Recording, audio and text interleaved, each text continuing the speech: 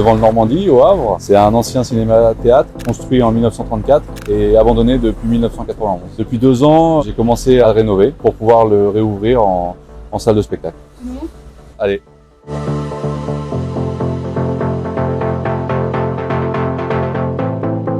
Mes parents venaient souvent au Havre et en 99, ils sont tombés un jour dessus. Ils ont craqué sur la façade et ils ont décidé de l'acheter. Ils se sont dit qu'ils le referaient quand ils auraient suffisamment de sous. Et finalement, mon papa est tombé malade et il nous a quittés il y a 2 ans.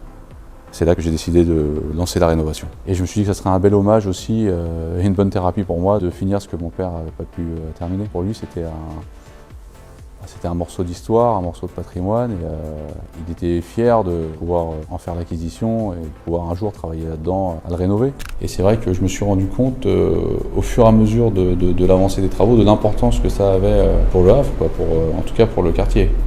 À travers les décennies, on a eu vraiment Sidney Bechet, Duke Ellington, Sacha Distel, Les Inconnus. En concert, il y a eu Trust, Téléphone, Motorhead. Au gré des époques, il y a eu les plus grands artistes à chaque période. C'est le soutien des Havraises et des Havrais qui m'a aidé à lancer un peu le projet de rénovation. Au début, on faisait juste débarrasser des gravats et les gens y passaient et ils nous racontaient des anecdotes, des souvenirs et ils nous remerciaient. Je trouvais ça un peu curieux, c'est que les gens, c'est même pas qu'ils étaient contents, c'est qu'ils nous disaient merci. Parce que la plupart des gens avaient énormément de souvenirs ici. Des rencontres amoureuses, les Noëls des enfants, parce qu'il y avait beaucoup de Noëls d'entreprises qui étaient organisés ici. Alors maintenant, on va aller voir la salle de projection, qui est mon endroit préféré. Et de là, on domine la salle. Ici, c'était l'emplacement du projecteur, donc pour projeter le film. Là, c'était la petite trappe pour vérifier que tout se passe bien. J'aimerais que ça devienne une espèce de loge un peu VIP qu'on ouvrirait et ça ferait une petite loge sympa. Le plus sympa avec la salle de projection, c'est les terrasses à côté. Et du coup, les terrasses sont accessibles, ça permettra de se poser les jours où il fait beau.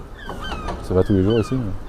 On fait à l'identique au niveau de la décoration, c'est-à-dire qu'on va essayer de respecter scrupuleusement les couleurs, les ornements, mais par contre on va tout moderniser dans le sens où aujourd'hui les normes, que ce soit en termes d'isolation phonique, thermique, ont tellement évolué qu'il y a pas mal d'aménagements à faire. Pour financer les travaux, jusqu'à présent, on fait tout en autofinancement avec ma famille.